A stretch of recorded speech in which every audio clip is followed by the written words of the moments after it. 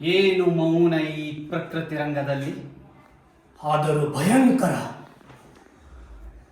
ಈ ಬೆಳದಿಂಗಳ ಮಬ್ಬು ಮಾಯಿ ಎಷ್ಟು ಮನೋಹರವಾಗಿದೆ. ಈಗ ಸಮಯ ಎಷ್ಟಿರಬಹುದು? ನಡುರಾತ್ರಿ ಕಳೆದಿದೆ ಸ್ವಾಮಿ. ಇನ್ನೇನು ಅದು ಬರುವ ಸಮಯ. ಹೊನ್ನಯ್ಯ, ನಾನೊಬ್ಬ ಸಾಮಾನ್ಯ ಮಾನವನಾಗಿ ಹುಟ್ಟಬಾರದಾಗಿತ್ತೆ. ಸಾಮಾನ್ಯರು ಈ ರೀತಿ ಆಲೋಚಿಸುವುದಿಲ್ಲ. ನಿನಗೀಗ ಕೊರತೆ ಏನು? ಕೊರತೆಯೇ? ನನಗೆ ಬಹಳಷ್ಟು ಕೊರತೆಗಳಿವೆ. ಅದನ್ನು ಹೇಳಲು ನನಗೀಗ ಸಮಯವಿಲ್ಲ. ನನ್ನ ತಂದೆ ಯಾವಾಗ ಕಾಣಿಸುತ್ತಾರೆ?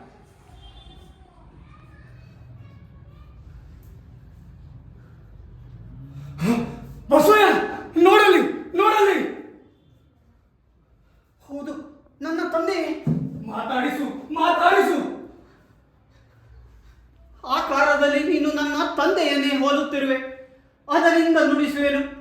ಬಸವೇಂದ್ರನೇ, ಭೂಮಿಪನೆ, ಓ ತಂದೆಯೇ, ಓ ದೊರೆಯೇ, ಬಿದನೂರಿನಾಡಿದ ಮಹಾಸ್ವಾಮಿ, ಪಡಿಯಲಿ ತನ್ನ ಮನದ ಸಂದೇಹವನ್ನು ಪರಿಹರಿಸು. ಪುಣ್ಯಾತ್ಮನಾದ ನೀನಿಂತೇಕೆ ದಿಕ್ಕಿರದೆ ಮಡಿದವನ ಆತ್ಮನಂದದಲ್ಲಿ ಪ್ರೇತ ರೂಪದಿ ರಾತ್ರಿಯನ್ನು ಸುತ್ತುತ್ತಿರುವೆ.